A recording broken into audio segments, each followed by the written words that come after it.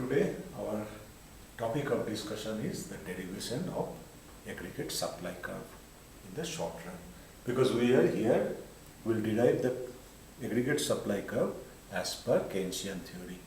So Keynesian theory is basically a short run theory. So here labor supply, that aggregate supply curve in the economy will be derived by two things. Number one, the interaction in the labor market, which determines the employment, and number two is production function. So whenever we plot the employment in the production function of the aggregate production function of the economy, we will get the aggregate supply. So aggregate supply curve basically shows the relationship between price level of an economy and the volume of aggregate supply. So here we will show the labor market dynamics to prove how does the change in price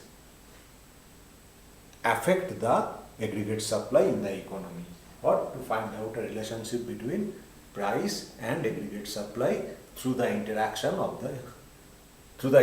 in the labor market.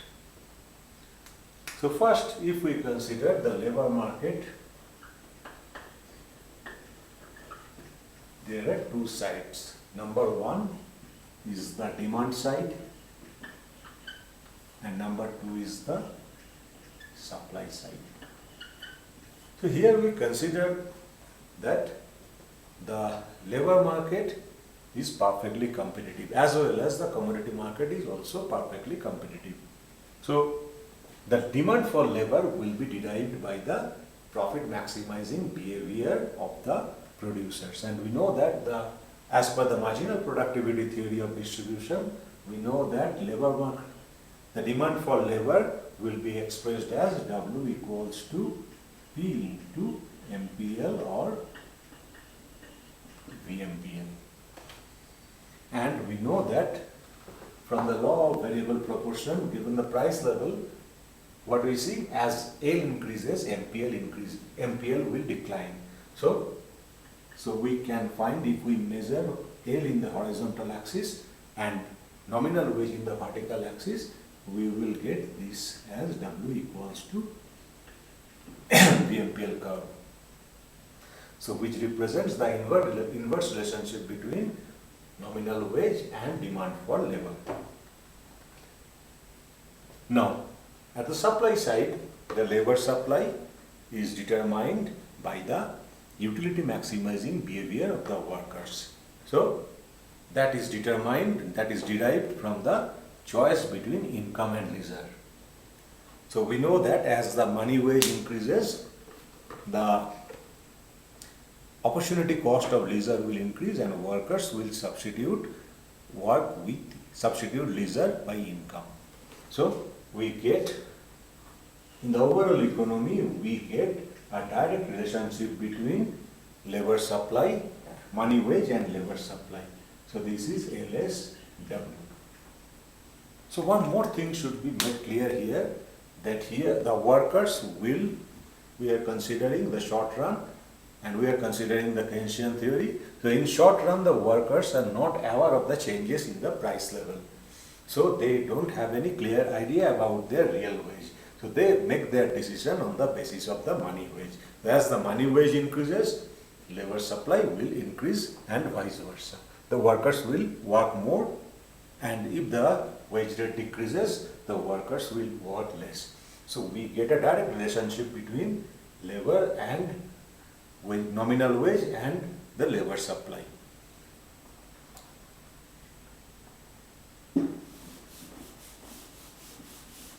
Now we have to consider the production function. So here we are considering the short run, so we will also consider the short run production function as per the law of variable proportions.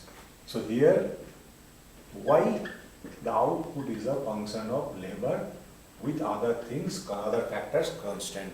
So I give it as K bar. And the total product curve will be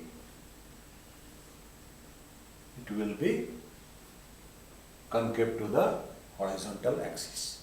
So this indicates the law of variable proportion. Second stage, whenever the output increases as the labor increases, given the other factors. As the labor increases, output will increase at a diminishing rate, from which we get the downward sloping MPL curve. So now, first we have to find out the equilibrium employment in the labor and equilibrium output in the economy. Then we can see if price changes, what will be the change in the employment and output in the economy. So first we will start with, so let us consider initially at the economy the price level is P0.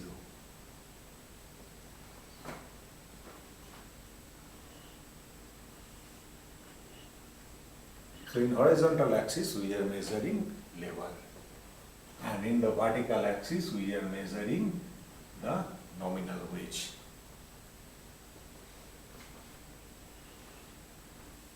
Here in the horizontal axis we are measuring the volume of labor, and vertical axis we are measuring the output. So here we plot the production function here. This is y equals to FL.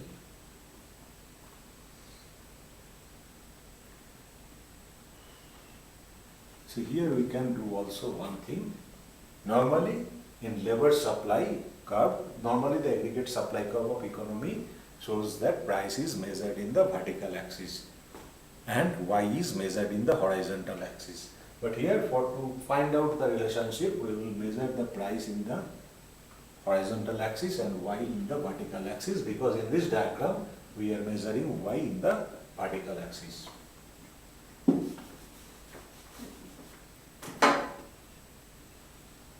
So these two origins should belong to a horizontal straight line, and these two origins should belong to a vertical straight line.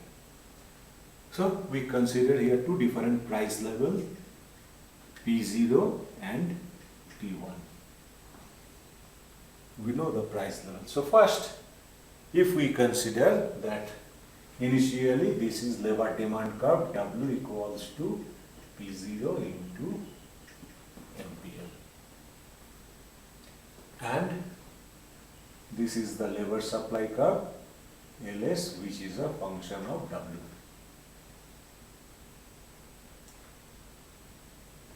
So from here, at this point, what is the labor market equilibrium? Labor market equilibrium point is given as A. So equilibrium employment of labor is L0. And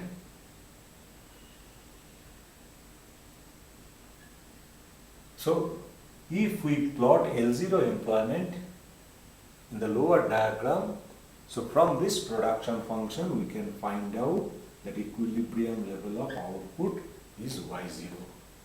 So from here we can show, if we plot this Y0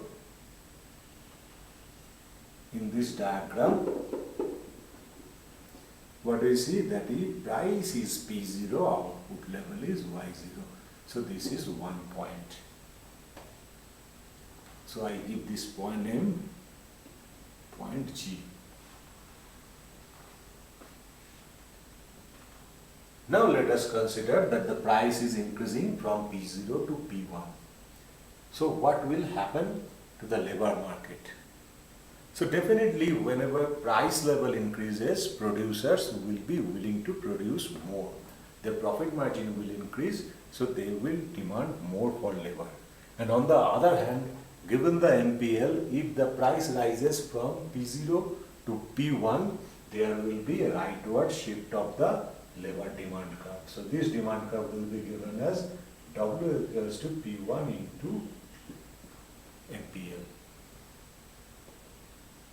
So what about, so labor demand increases. So what about the workers?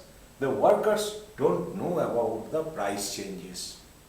So workers cannot make proper prediction about the price changes, but they see that the nominal wage, more demand for labor, that means nominal wage is increasing. So nominal wage will increase and employment will increase from L0 to L1. Just one thing I want to say here, if given the marginal productivity of the labor, if the workers have to capture the change in price by increase in wage, equal rate of increase in wage, then the wage rate should, nominal wage should rise to AB. But actually what we see, the increase in nominal wage is less than that.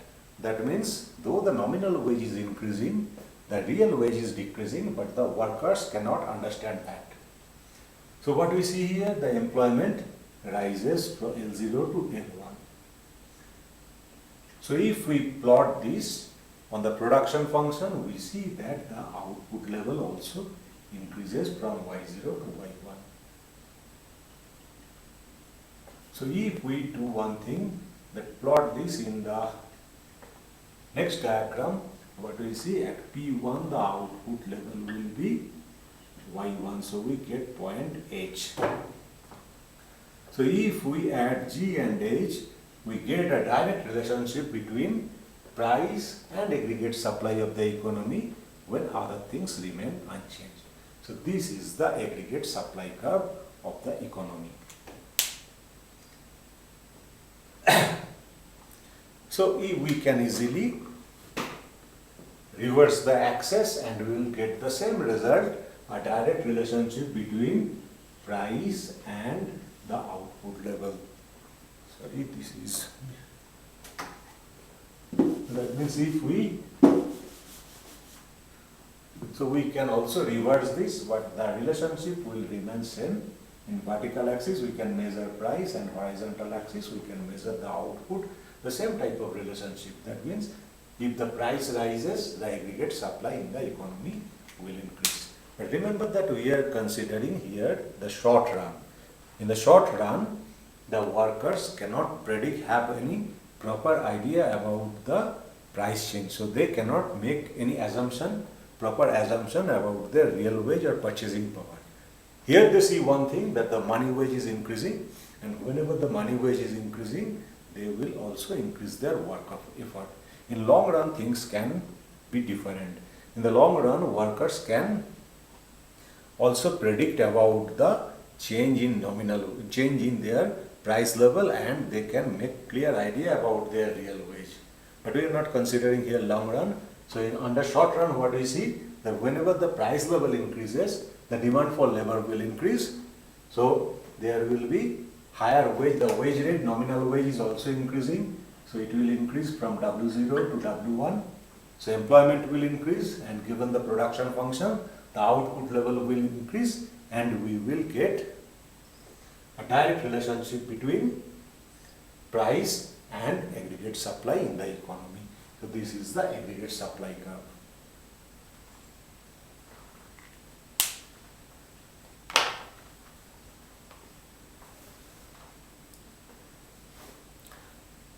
Next thing, we can consider the shift in aggregate supply. So when we call a shift in aggregate supply, that there is any change in any other factor except the price. Okay, there will be any change in any other factor except the price. That means due to change in any non-price factor, we will find that at each level of each price level, the corresponding equilibrium level of output will increase, and from that we can find out the shift of the aggregate supply curve. So here aggregate supply curve can shift because of two ways: if there is an increase in demand for labor, or if there is any increase in supply of labor. So first let us consider about the increase in demand for labor. So just we are taking one example, that if there is capital formation in the economy, or increase in the capital stock in the economy. So what will happen? Definitely, if the capital stock increases, as per the theory of macroeconomics, the marginal productivity of labor will increase. So there will be rightward shift of the marginal productivity of labor curve. So that means at each price level there will be more demand for workers, and the wage rate will also increase, then employment and output will also increase. So now we'll show it here that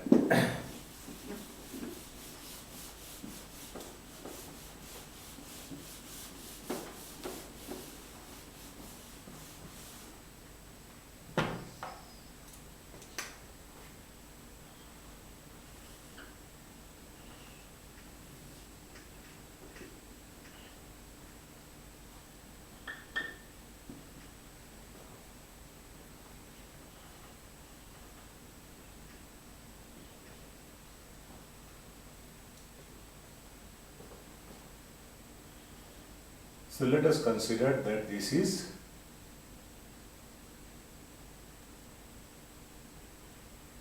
P1 into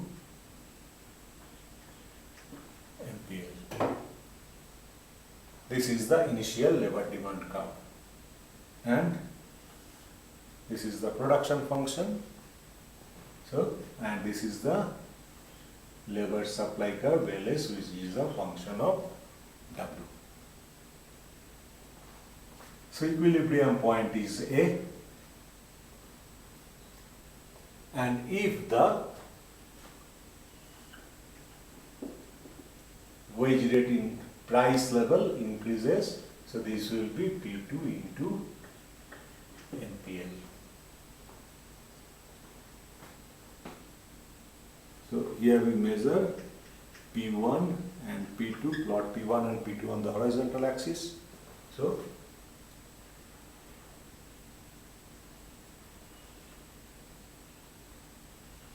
plotting this equilibrium lever L1, we will get Y1, and if we plot this Y1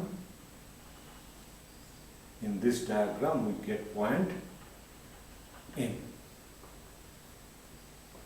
If the price level increase, we have already discussed that the demand for labor will increase, employment will increase, L2, and if we plot it in the production function, we will get higher production of Y2. So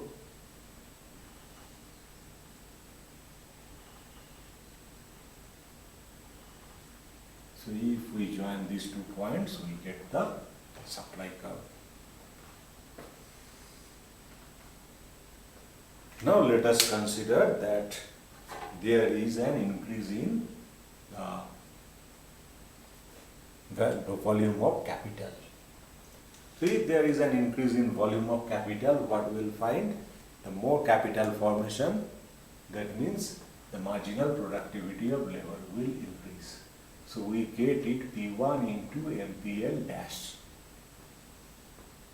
So what is the difference between these 2 demand curves? This shift in demand curve, because not due to the change in price, due to the increase in marginal productivity. So what we will see here? We will see here the new equilibrium point will be A dash, and the employment of labor will become L1 dash. So if we plot it in this diagram, we will see that at price P1, the output level will also increase and it will become Y1 dash. So at P1 we get this point M dash. So at P1 the corresponding level of output will increase from Y1 to Y1 dash. Similarly at price P2, with previous marginal productivity of labor, this was the demand curve. But now what we see, that this is P2 into MPL dash. So that means demand for labor increases because of in these both labor demand curves, prices are same, but there is a rightward shift of the demand curve due to increase in marginal productivity of labor. So if we get that employment will increase from L2 to L2 dash. So if we plot it in this diagram, we will get the higher employment, that means higher level of output. And That means at price P2, initially the output was Y2 dash. So now we will find that there will be more output Y2 dash. So we get the point N dash. So if we join these 2 points M dash and N dash, we will get the, initially this was the supply curve, we get the new supply curve S dash. So if we reverse the axis, then we will get, there will be the rightward shift of the aggregate supply curve. Then these two things are simple, just the axes are reversed. So at each price level, the economy will now supply more. So each price level, the corresponding supply, aggregate supply will increase. So this is called a type of supply shock. So I have given here the case of the marginal productivity is increased due to capital formation. This can also happen if we consider the case of skill formation of labor. So that time also the labor demand curve will shift rightward and there will be the productivity of labor increases. That time this curve will also shift upward and we will get that at each level of each price level there will be more output. So this type of change is called, this is caused by a supply shock. Third thing, so these are the supply shock which starts from the change in demand for labor. But there is another case also, that if there is an increase in supply of labor, in simple words, if there is increase in population in the country and if there is increase in the, so there will be more workforce at each wage rate. So now we will show this. We will also explain this.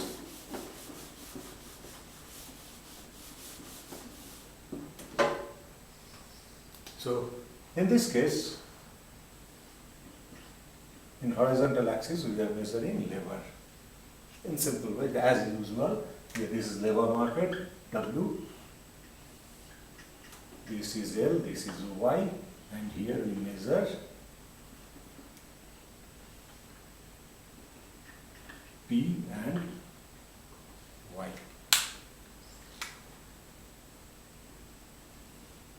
So this is the production function, Y equals to L K bar.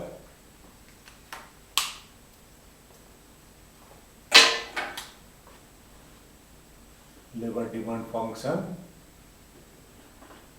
sorry, this is P1 into NPL, this is P2 into NPL. So from here, there are P1 and P2. I'm not once more explaining the derivation of supply curve because we have already discussed twice. So initially this is the supply curve in the economy. That is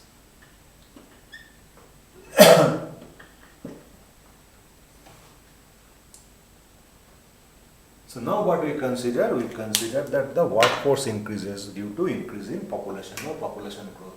So what we will find? We will find that labor supply curve will shift rightward.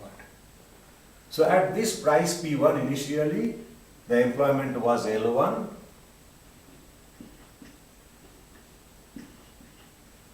And now what we will find at price level P1, there will be more employment.